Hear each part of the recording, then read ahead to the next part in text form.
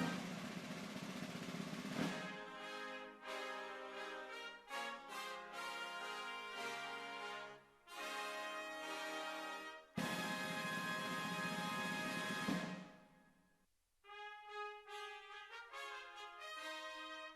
guests, members, and our interpreter, Jamie.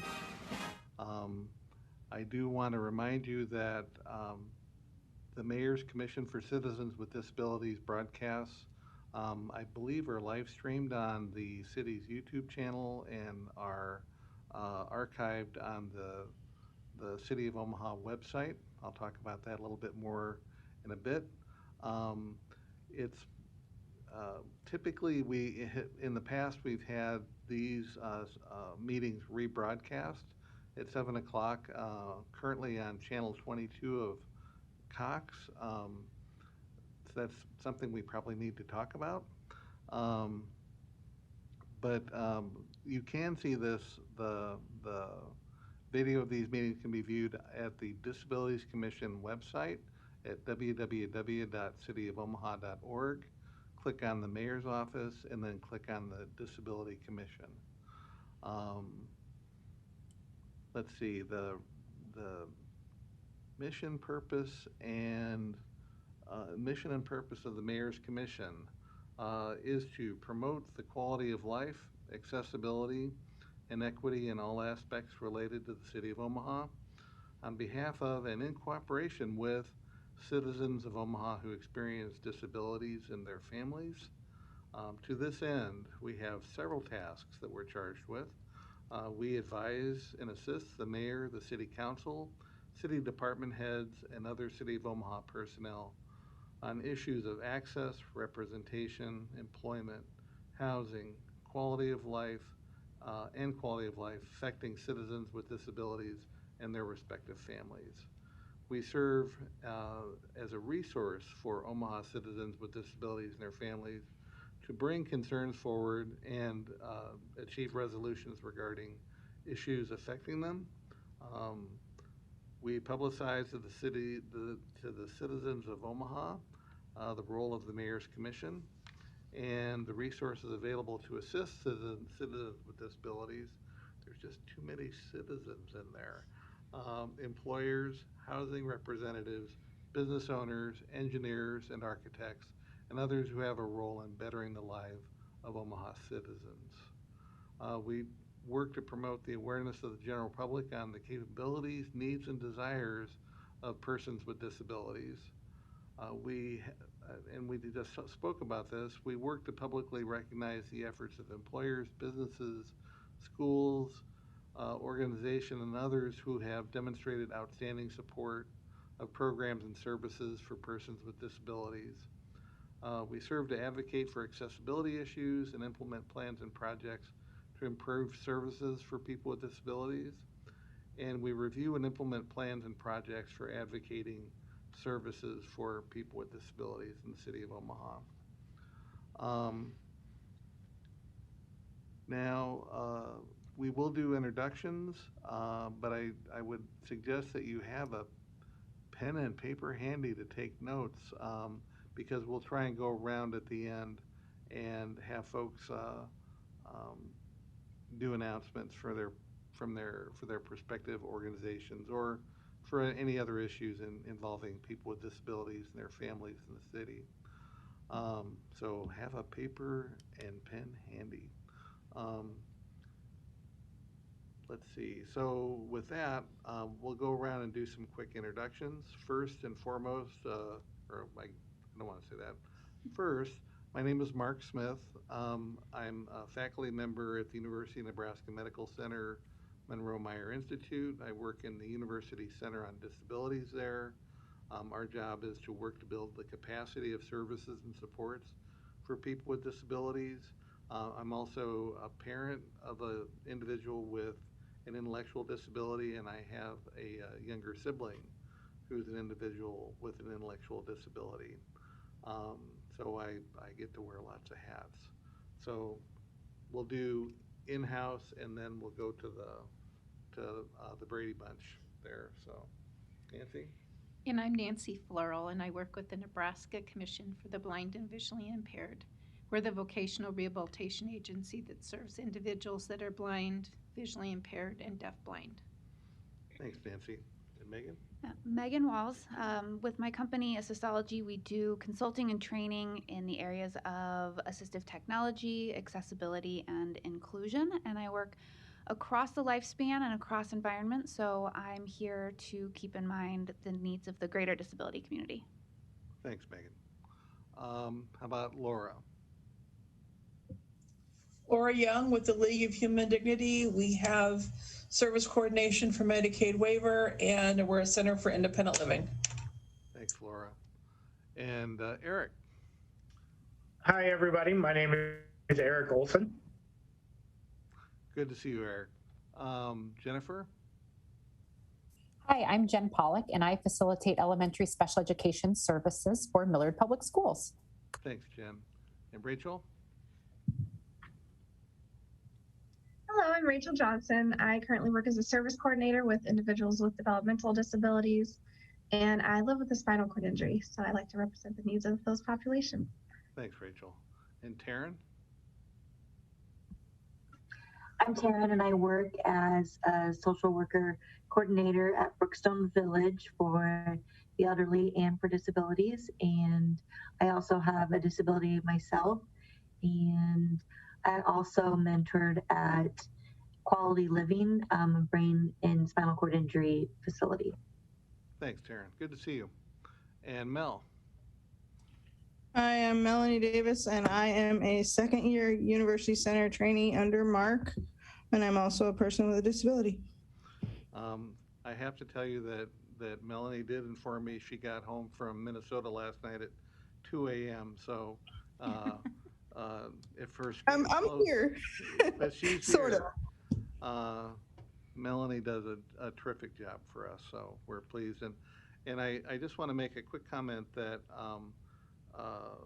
through this past 15 months, 16 months, and through COVID and all the things we've really been challenged by, I really appreciate the fact that this particular group, the commission members, have really stuck in there and really continue to work on behalf of our population of individuals with disabilities and their families in Omaha. I'm very grateful.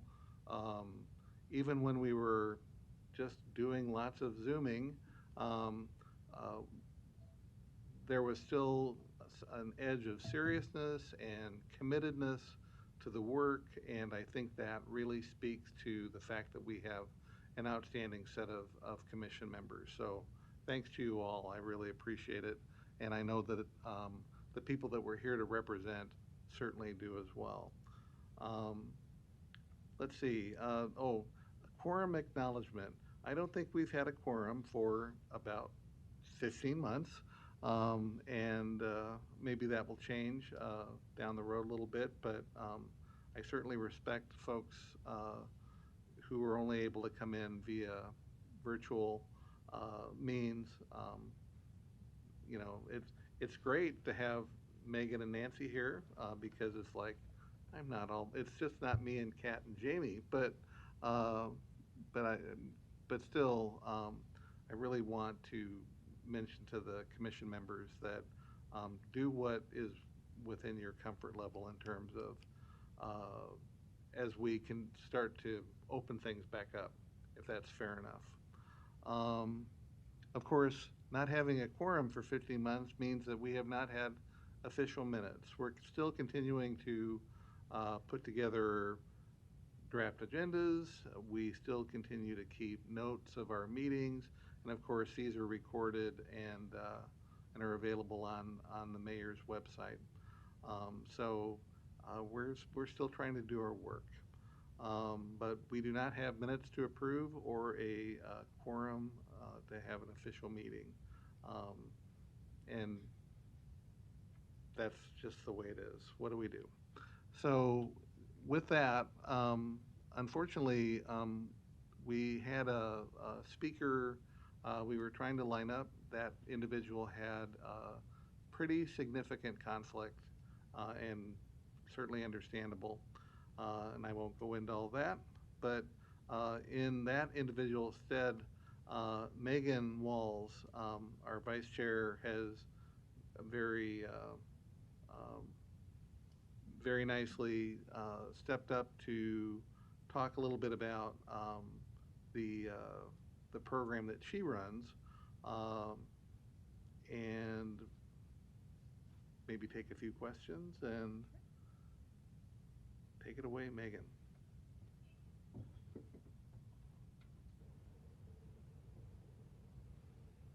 Megan is going from her commission hat to her presenter hat. Very good.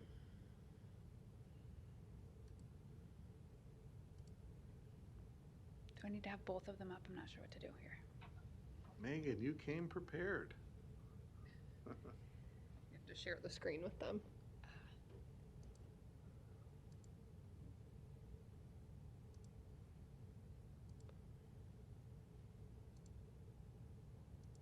There you go. And then you can slideshow from beginning. Thanks, Kat. So as Mark mentioned, I'm Megan Walls, and I am the vice chair on the commission. In this moment, I'm going to take a few minutes to share with you about the work that I do through Assistology, and tell you a little bit about my journey and myself, so kind of sets the stage for how I have the lens that I do on what I do. My journey started a long time ago, well, hopefully not that long ago, but with the formation of Children's Respite Care Center here in Omaha. My mom was one of the co-founders, and so I was immersed in disability services from a young age, and then through volunteering there and working there, exposed to education, therapy, families, and all the related services that impact individuals with disabilities and their families up to the age of 21. And then through a passion around that and tinkering with things, I decided to go into an emerging field called rehab engineering. Took a journey through St. Mary's College in Notre Dame, Indiana, into grad school in Chicago, and got my master's in rehab engineering, which is a branch of bioengineering focusing in assistive technology and rehab universal design, really looking to remove barriers for participation in community spaces and activities. And so did some work with Easter Seals in Massachusetts in assistive technology work, came back to Omaha to run the rehab department at CRCC, and after being gone 10 years, quickly realized that not a lot, or more than 10 years, not a lot had changed for families or community entities on resources for assistive technology and accessibility that kind of work across environments and the lifespan to provide some continuity in those services and advance the opportunities for inclusion in kind of all environments in our community. And I'm also an adjunct in the Department of Gerontology at UNO, where I teach a class that's highly focused in universal design and accessibility as it relates to older adults specifically. So with that, I formed Assistology, where ultimately we're working to provide services that help individuals pursue and achieve their goals, and help businesses increase their ability to be inclusive, have inclusive spaces, programs, products, activities, and the gamut.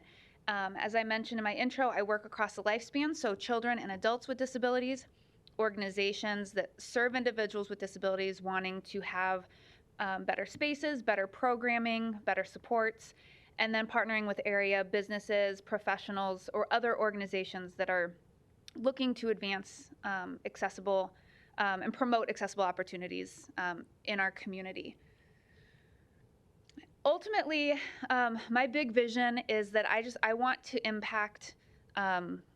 make an impact in changing the way that people are able to access their world. So ultimately, we're living in more inclusive communities. And so doing that through the type of services that I offer is my long-term goal and baby steps.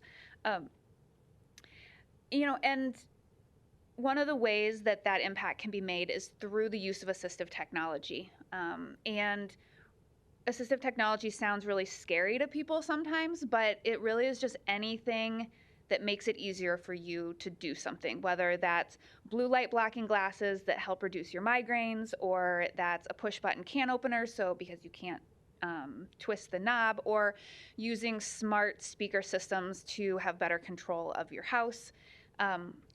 Across the gamut, high tech, low tech, but it removes a barrier to do what you want to do. And there are a lot of areas in life that assistive technology can come into play to increase independence, quality of life, reduce barriers. And I've put a few kind of interesting ones on the screen because sometimes they're not what you'd think of as assistive technology, or they're just kind of really outside the box, but they really help. So at the very top left, these are called portion control baskets, but I found them to be really useful for individuals who it's really not safe for them to handle a big boiling pot of water, whether they use one-handed access in the kitchen or for any other particular reason, balance challenges, reduced strength, dexterity. They allow you to, they're little strainers that rest on the pot. So they allow you to cook food in the strainer and boil it. So things you'd boil, vegetables, potatoes, pasta, rice, and then you can strain the water right back into the pot and transfer from the strainer to a bowl, making cooking activities a little bit safer for certain individuals. It's not marketed at any assistive technology catalog, which is why I always advocate for working with a professional that specializes in assistive technology and not going off a as seen on TV type of approach for solving the barriers that you're experiencing. And I can't actually see, hold on. Oh, so the top right is just think of a soda fountain lever where you would at a restaurant go fill up your cup. It's a tap that goes onto a gallon jug. And so you don't have to pick up and pour a big gallon jug. It could be juice or water or milk. So really helping with nutritional independence, hydration, kind of across the gamut. Guess what? It also works really well for 5 and 7-year-olds who want to be independent but like to make messes. And then in the bottom right, it's kind of hard to see in the picture, but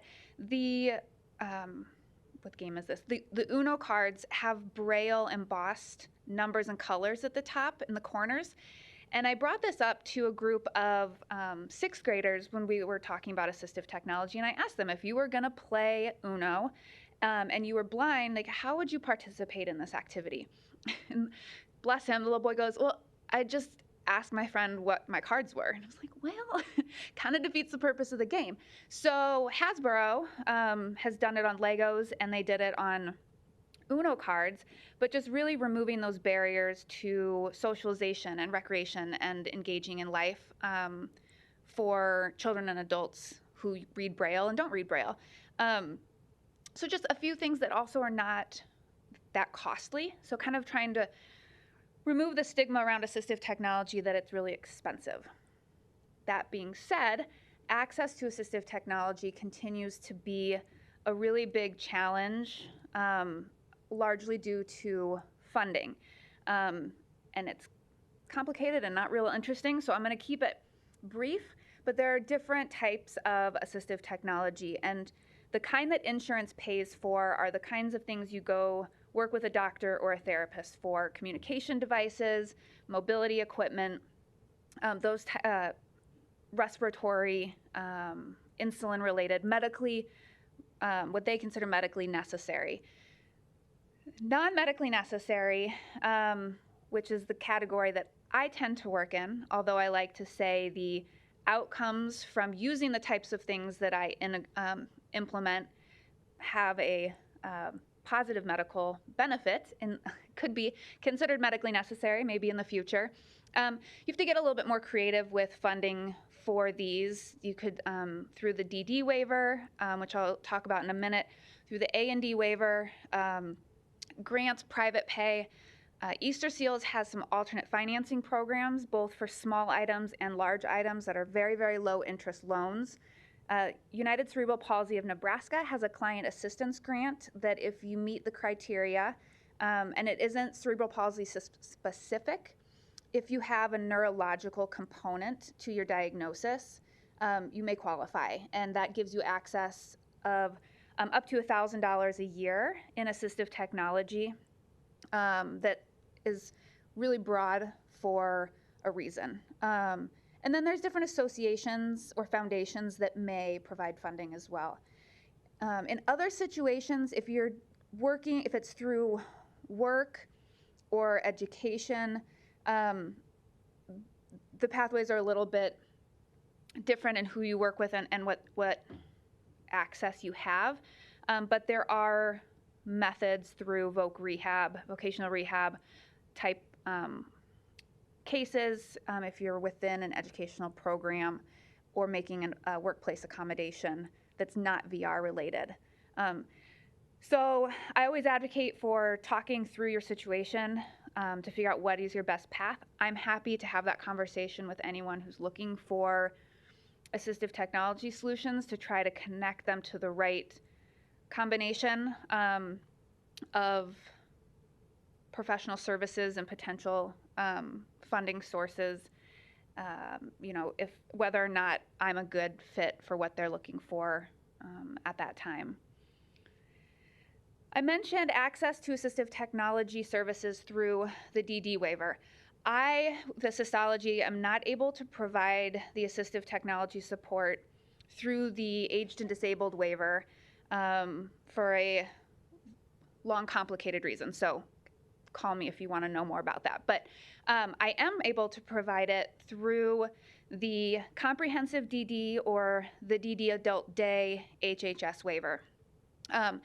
And it allows me to work with a family, an individual and or their family, and assess their home environment for barriers to independence and make assistive technology and or environmental type recommendations that will help them pursue their goals and reduce some of the, remove some of the barriers that they're experiencing.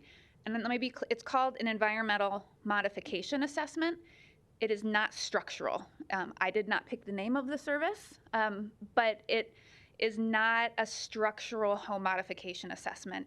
In terms of environmental modification, it may be looking at layout, lighting, visual cues, or then assistive technology and safety measures that could go into place.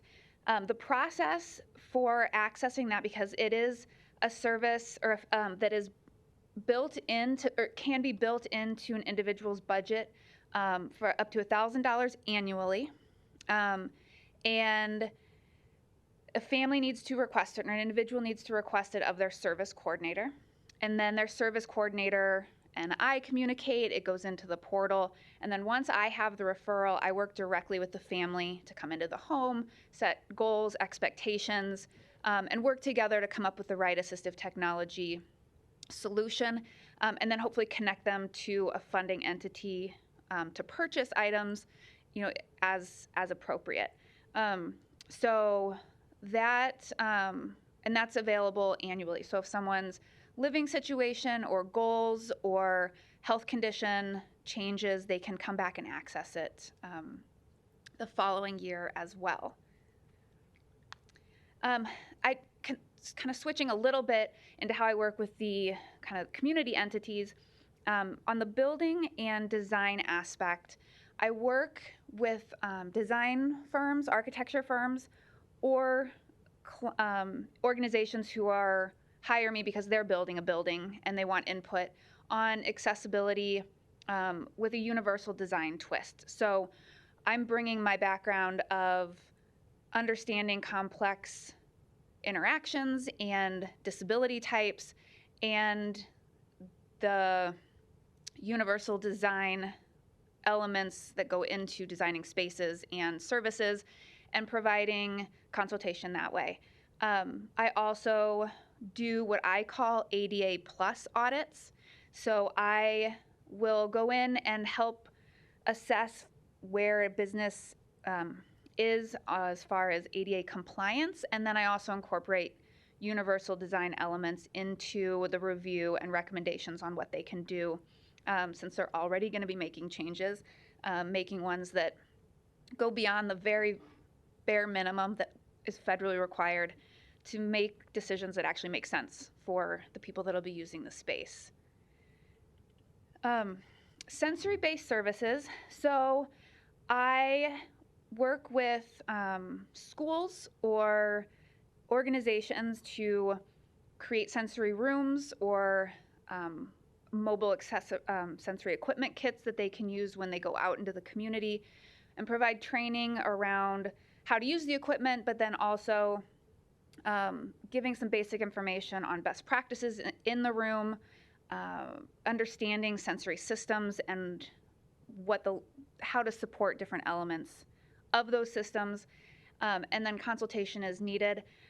But more than just making recommendations and setting up the room and teaching them how to use the equipment, I try to provide as many accessory materials or resources as possible. So this image in the bottom left is a snapshot of kind of a manual that I make that outlines what the item, it helps them do inventory by telling them what they have and how many, but then it really lays out what that item is, how they use it, how the client or the student may interact with it, what type of sensory needs might be met by using this type of item, so that if you're working with an individual who you know really thrives off of receiving tactile sensory input, you can identify 5 things that you may have in this room or this space, and then work to figure out what the student or client responds to best.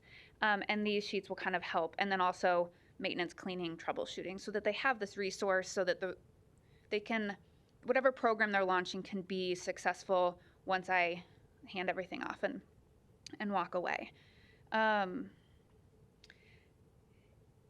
Supporting disability inclusion in the workplace is just an ongoing effort to promote the need for disability as part of diversity, equity, and inclusion efforts and strategies, and bringing it to the conversation as an intentional strategic element of what organizations are doing.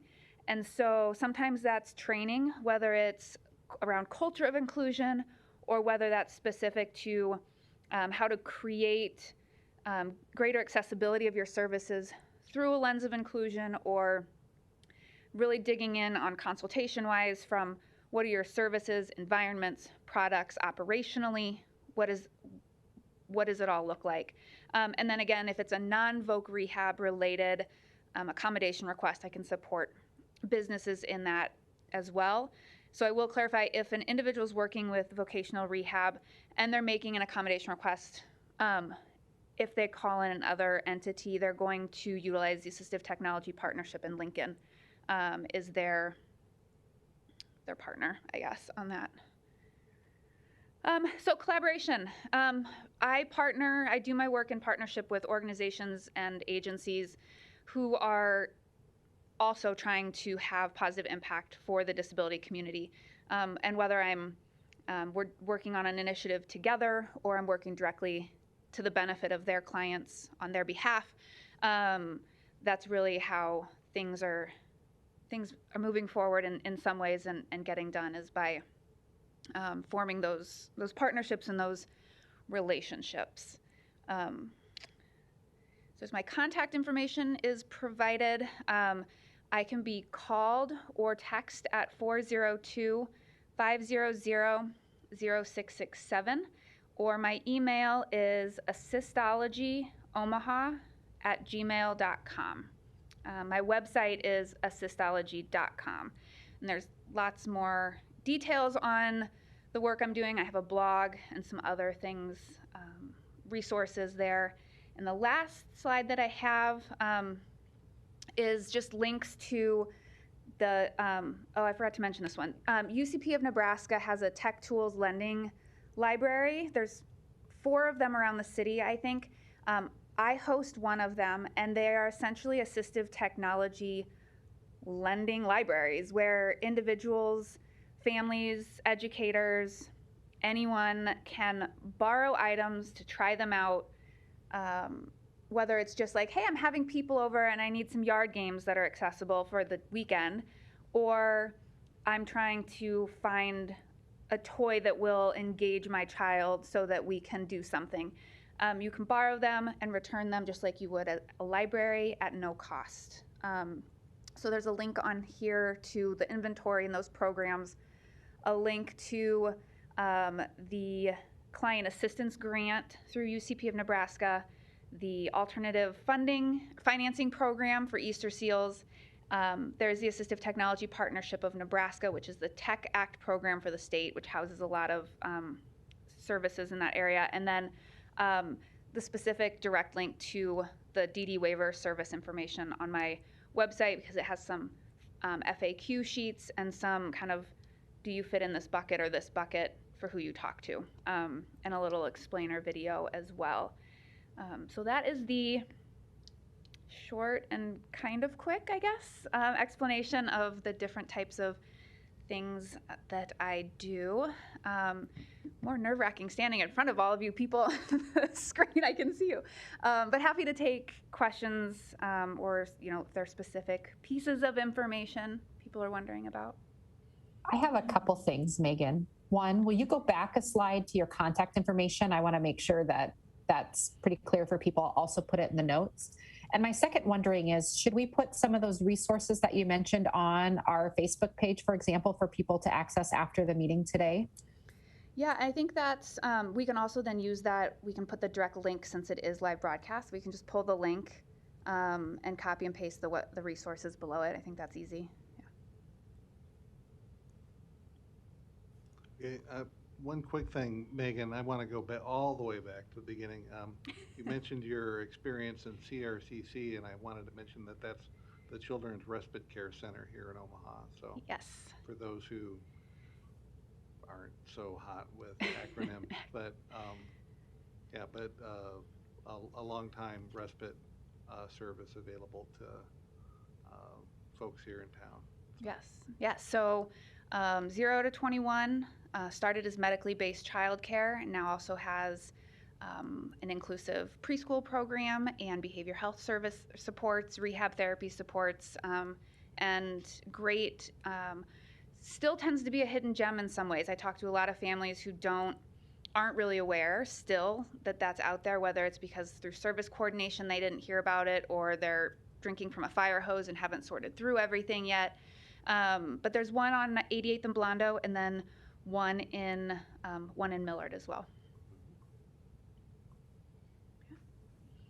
Megan, do you know if the ATP, or Assistive Technology Partnership, if they still have their AT for All program where people can borrow or can be loaned equipment to try? They do. So it's AT, the number 4, ALL dot. I think it's .org? GOV. Or .gov. I think so. I can check it. Okay. And yes, and that's statewide. So sometimes it takes a little while to get things because it might be out in COZAD. But they do still have it. I think Brooke Harry is the person that's overseeing it, and would be able to answer questions. They also do have kind of a demonstration and loan center in Lincoln. It's .com. Okay, AT number 4 ALL.com. Mm-hmm. Yep. Okay, thanks. So one thing I was interested, as I heard you talking about it sounds like you have a variety of projects, different activities, whether that might be consulting with architects or businesses, or all the way back to supporting individuals and finding what they're doing. So I was curious, like, what's a regular month for Megan look like? Or is there such a thing? Chaos. Collective, organized chaos. It varies based on project. Mm-hmm. Yeah. So are a lot of your projects what you might describe as shorter term, like within a few months at the most, or do you have longer term arrangements with some entities? My architectural ones tend to be longer term. Those naturally go on. The sensory room projects and sensory program ones tend to be, I'd say, a medium length where they might run 3 to 6 months. But a lot of them are, shorter term projects. But then some of the partnerships, I've done a lot of work over the last few years with the Madonna School. And then as they've been expanding into the inclusive education program to support special ed in the Catholic schools, I've been helping support the assistive technology needs of those students and in collaboration with Madonna School, getting some professional development for the teachers. So sometimes I have, through partnerships, we're doing multiple programs or multiple projects, but it's kind of an ongoing process. No, that's helpful. I was just trying to kind of get what it looked like. My calendar is colorful. Well, yeah. I have one of those. But. Other questions for Meg? Something. I feel like something popped up in the chat. Maybe it didn't.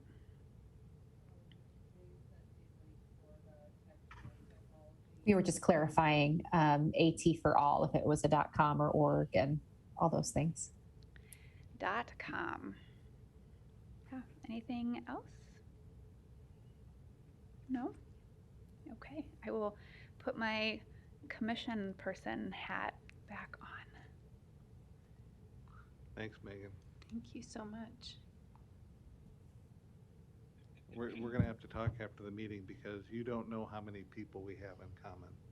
Oh. They are legion, as you were describing some of your activities. But that was really interesting. Thank you, and thanks for stepping up on short notice. It's greatly appreciated. Happy to.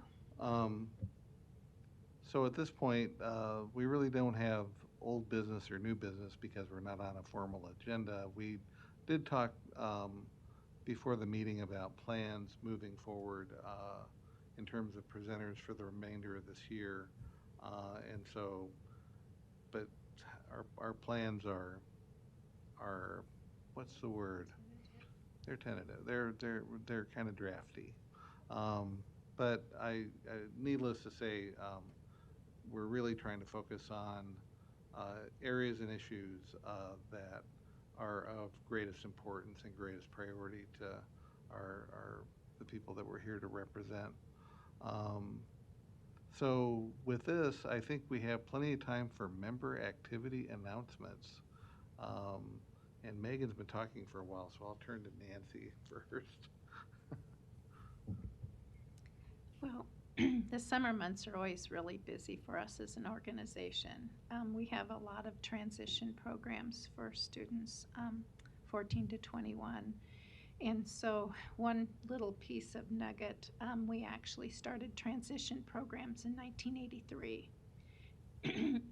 And so we started last week a 6-week employment conference in Lincoln where we have 14 students that are actually staying on UNL campus, and they travel from the campus to their jobs every day, either walking or using public transportation. They're living in a dorm, sharing a room. I think this year with COVID that they have individual rooms, but learning to navigate the cafeterias, which can be very complex when you have a lot of students around. And it really helps them become aware of college life and the campus life, as they're looking at post-secondary opportunities. There's a lot of opportunities if anyone would want to contact me for deafblind. The Deafblind Institute is going to be held via Zoom this year again because of COVID, and just everything was kind of up in the air. and that's in July. And then I think starting next Tuesday, the regional, there's a regional transition program for students who are deaf and hard of hearing and deafblind. And every Tuesday, and this is just for students and their families, there's going to be a topic that relates to transition. And then we're holding a robotics training, and we have 20 participants doing a robotics training, and then they're going to have kind of a bot battle at the end. And our next Board of Commissioners meeting is going to be, and we're governed by a Board of Commissioners. Our next Board of Commissioners meeting will be in Lincoln on July 31st, which also is the end of our employment program and the end of the robotics training. So they will be able to share what they gained with our Board of Commissioners at that time. Thanks, Nancy. I'll jump up to the board. Eric, do you have any announcements? I do not. I suppose I am working on a project actually that I could probably get a little input from Megan. I am working to get a pool lift installed at our apartment complex and doing some fundraising and working with ATP and our regional manager on getting that installed for myself and a few of my neighbors that are also disabled.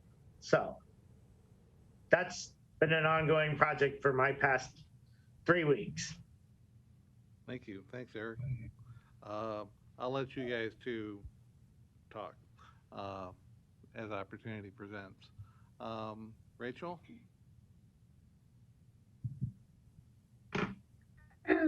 Thank you, everyone. Thank you, Megan, so much for sharing. I don't have any announcement. Thanks, Rach. Laura? We also have our youth transition program starting in July, ages 14 to 21 or 24. We are doing it via Zoom one more year.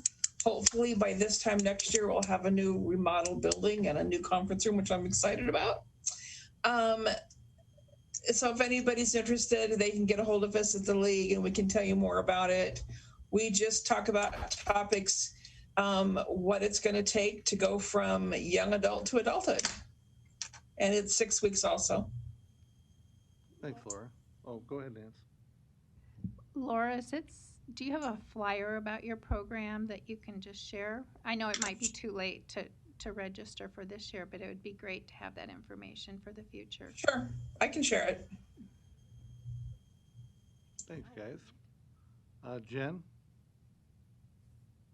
Hi. I think the only thing that I have to share is we wrapped up a school year in a pandemic. So we're pretty excited about that. It was a really successful year. Our students learned and they thrived. And that's, I think, the best that we could ask for in the situation we were in. So I'm really proud of the work of our teachers and staff and families to kind of come together and make the school year happen in a productive way. Congratulations. That's pretty cool. Taryn, any announcements?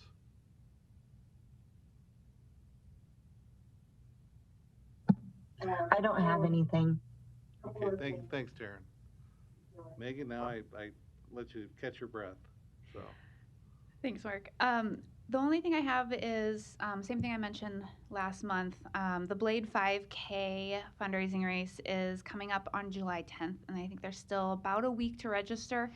It'll be held out at Zurinsky Lake, and the proceeds that are raised are used to buy athletic prosthetics for individuals. Last year, they were able to fit 2 children with prosthetic runners.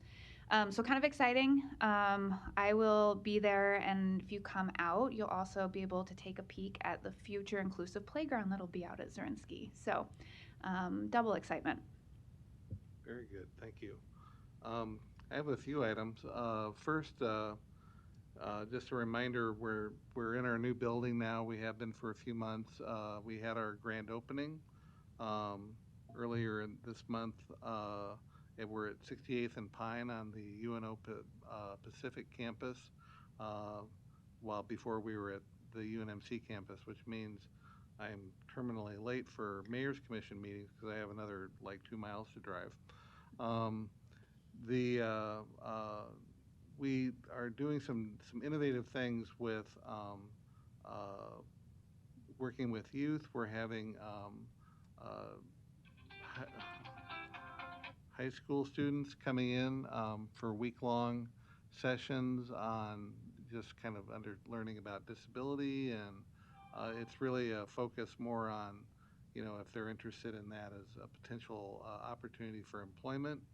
Um, I also wanted to mention that Monroe Meyer is involved with the Disability Education Series, which is actually a partnership between a number of organizations.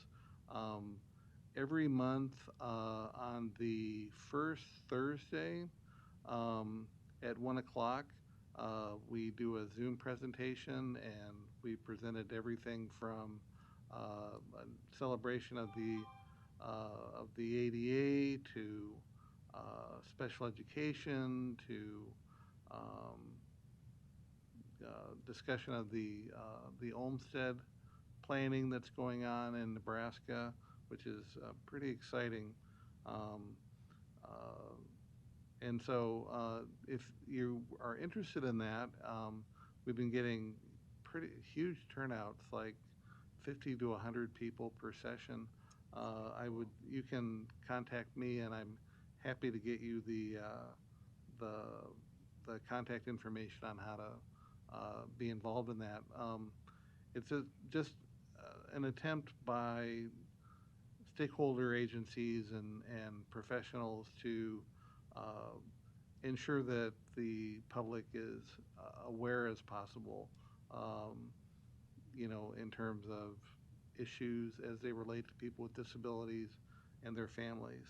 So I'm trying to think of what our student weeks are, but we had our first 2 weeks, and we're looking at starting it, to kind of go back to my first point, uh, we're looking at starting that as something that we're going to be doing routinely this fall.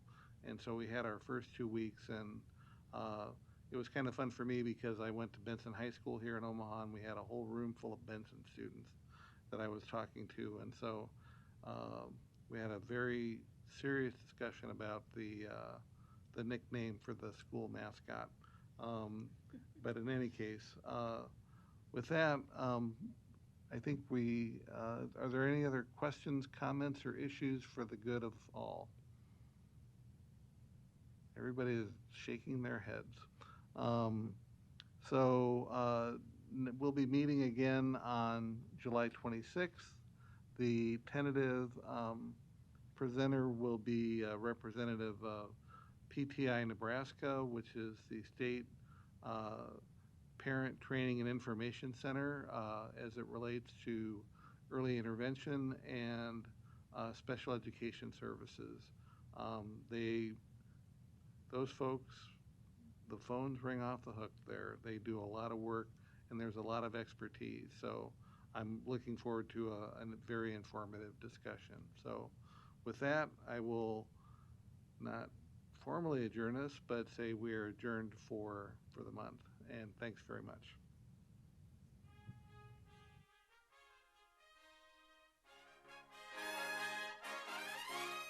Thank you, everyone.